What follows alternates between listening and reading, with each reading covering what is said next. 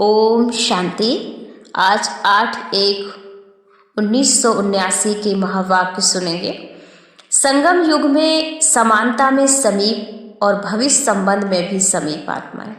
वो कौन सी आत्माएं होंगी जो भगवान के समीप संबंधी हैं? तो बाबा ने आज एक बहुत अच्छी बात कही कि जैसे विदेशी बच्चे हैं, आज बाबा विदेशी बच्चों को देख करके एक बात की शाबाशी दे रहे थे। और वो बात कौन सी थी कि भिन्न भिन्न धर्म के और पर्दे के अंदर होते हुए भी सेकंड में पर्दे को हटाकर बाबा के साथ सहयोगी आत्माएं बन गए। लगन में आए हैं, विघ्नों को भी सहज पार करके आए हैं। इसलिए साथ साथ बाबा भी उन्हें शाबाशी दे रहा है कि ऐसे हिम्मत रखकर उन्होंने बाप के कार्य में सहयोग दिया, हर कर्म में बाप के राइट हैंड बने हैं। तो बाबा ने भी उन्हें ऐसी सुंदर सी लिफ्ट की गिफ्ट दी है कि सेकंड में जहां चाहो वहां पहुंच सकते हो। ये वंडरफुल लिफ्ट तीनों ही लोगों तक जाने वाली है। जैसे ही स्मृति का स्विच ऑन किया ना, 1 सेकंड में वहां पहुंच जाओगे। लिफ्ट द्वारा जितना समय जिस लोक का अनुभव करना चाहो उतना समय वहां स्थित हो सकते हो। तो यह विशेष लिफ्ट है ना, पर यह लिफ्ट कब यूज करनी होती, इसका समय क्या है? वो है अमृत वेला।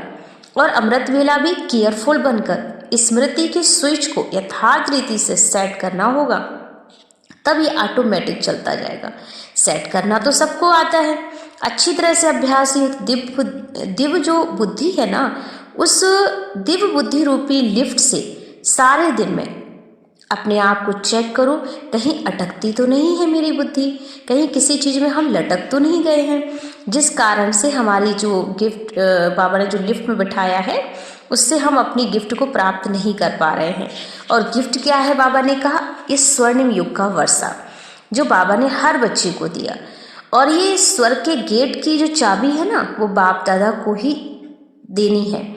और वो चाबी क्या है? अधिकार।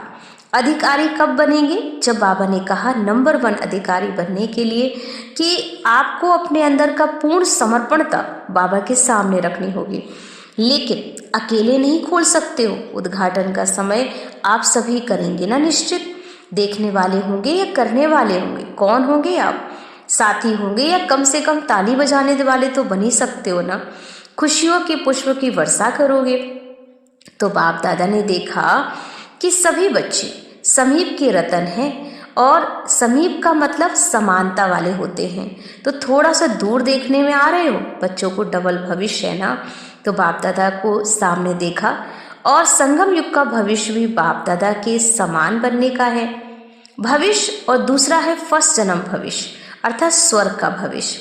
तो समानता भी है और समीपता भी। साथ साथ बाबा ने एक बात बहुत अच्छी कही, जैसे यहाँ तुम ही से बोलूं, तुम ही से खेलूं, तुम ही साथ निभाऊं, ऐसे भविष्य में भी सवेरे से बगीचे में खेलोगे ना, रास करोगे, पाठशाला में पढ़ोगे, सदा मिलते रहोगे, और फिर साथ साथ राज भी करोगे। जैसे ब्रह्मा बाबा को देखा ना, स्वराज करने वाले, अर्थात अधीन नहीं अधिकारी रहे। ऐसे ही हमें फॉलो फादर करना चाहिए। संकल्प भी साकार के समान हो। जन्मसिद्ध अधिकार है ना, तो स्वराज करने वाले वहाँ भी साथ राज करेंगे।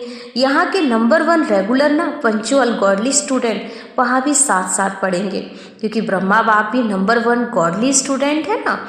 जो यहाँ अतीन्द्रिय सुख के झूले में झूलेंगे ना, वो वहाँ पर भी बाबा कहते खुशी के झूले में झूलेंगे। जो यहाँ अनेक प्राप्तियों से खुशी में नाचेंगे ना, वो वहाँ भी रास करेंगे।